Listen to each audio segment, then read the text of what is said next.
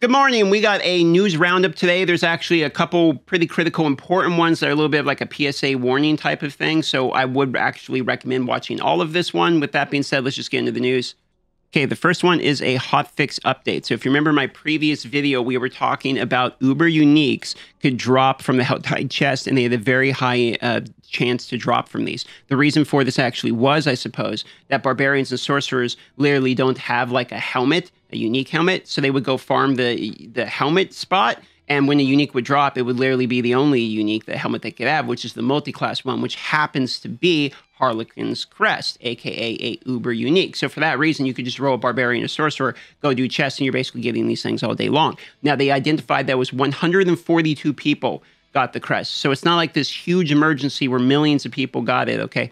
142 people got them, and they're not removing it. However, if you actually look at this here, they made some further changes to the way this works. They explain their logic behind not removing it, etc. We may need to take action to maintain fairness with the game when a bug or exploit impacts the gameplay of others, but they don't plan on removing these ones because it was 142 people and they don't want to like ban people or whatever for this. So they're just kind of like, it is what it is. That's their response. But this is here a change that we didn't expect, or at least I didn't expect, okay? Which is that Helltide chests will now have a chance to drop any unique, including Uber uniques, by the way. They're back in those chests, and they're also re-enabled across the world, but they're not restricted to specific item slot limitations from any chest. The reason this is probably important for you is, let's say you want like Tempest Roar, the Druid helmet, so you might go open up only the Helltide chest for helmet trying to get a unique helmet. Well, that's no longer the way the uniques drop. You can't target farm specific uniques anymore. Those specific uniques will drop literally in any chest. You can open up a glove and get a helmet. You can open up a weapon one and get a glove.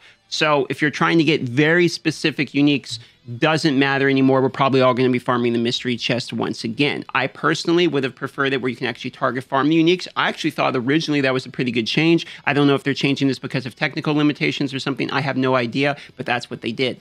And just to double down and confirm, you can see Uber unique items also have a chance to be found in all chests. So they are confirming that they are back in those chests. Now, Necromancer also yesterday caught a little bit of a hot fix here where enhanced blood lance now pierces to a maximum of 10 enemies. And they say this is indeed a nerf, but it was so good it was crashing the game. I guess there were server issues that was literally crashing the game. And I didn't catch this one last time, which is the first Whisper cache you acquire will always grant you a Nightmare Sigil.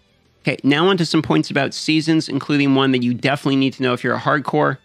While I was picking through the news, trying to figure out what to tell you guys today about the news, what I noticed here was we got a update in terms of leaderboards. Now, they've already stated that they weren't coming in Season 1, probably not coming in Season 2. This was July 7th, so this would have been yesterday. This is the most recent post by a developer, or this is actually community manager Adam Fletcher here, that says maybe by Season 3 leaderboards. So if you're wondering when when leaderboards are going to come, maybe Season 3. But here's the really juicy one, okay, that you're going to want to know, which is that this was by Quinn, who sent a message at Adam effectively asking him, hey, look, I know this that we have to log in on the 18th. I'm just going to paraphrase this so we have to read all of it. He's saying basically we have to log in on the 18th in order to translate our data, as they mentioned during the dev campfire chat or the dev update live stream. We have to log in on the 18th so that way our character data is saved and mitigated for going into the seasons. But let's say that we had a character on hardcore that made it way farther and then died like on the 17th or 16th or something, and we had to make a new character. Is my original character's progress going to transfer in that scenario? So Adam actually responded to this here, and he says, it's a good question, a bit confusing. I'll read this and I'll explain it. Stats right now are shared across Character 1 and Character 2 on Live, but not Renown. Unfortunately, with Character 1 dead, we don't store that renowned data, thus it won't carry over into Season even with Character 2. The stats will still carry over as that was handed off. So effectively what this means, okay, is that you're going to want to not die as a hardcore. If you do die as a hardcore before the 18th, you'll still get your Lilith Altar stats, but any of that character's renown, progression, etc. for those carryovers will not carry over going into seasons. So between now and the 18th, in 10 days, you're going to want to not lose your main hardcore character because you'll need to be able to log into that character in order to have that progression mitigated. Mitigated? Migrated. As of the posting of this video, the BlizzCon tickets will be on sale, so you can find those online very easily if you are considering going to BlizzCon. I am 50-50 on it. I will be going to TwitchCon Las Vegas. So if you're going there, you're welcome to come up and say hello to me. I'm 50-50 on going to BlizzCon. I've been kind of asking the audience what they think. So if you have opinions on whether or not I should go to BlizzCon, you can either leave a comment or join the live stream, which is normally in the pinned comment and the description. You can just click on that, and I am live every single day as of the posting of my video at 11 a.m. PST, so I will see you there.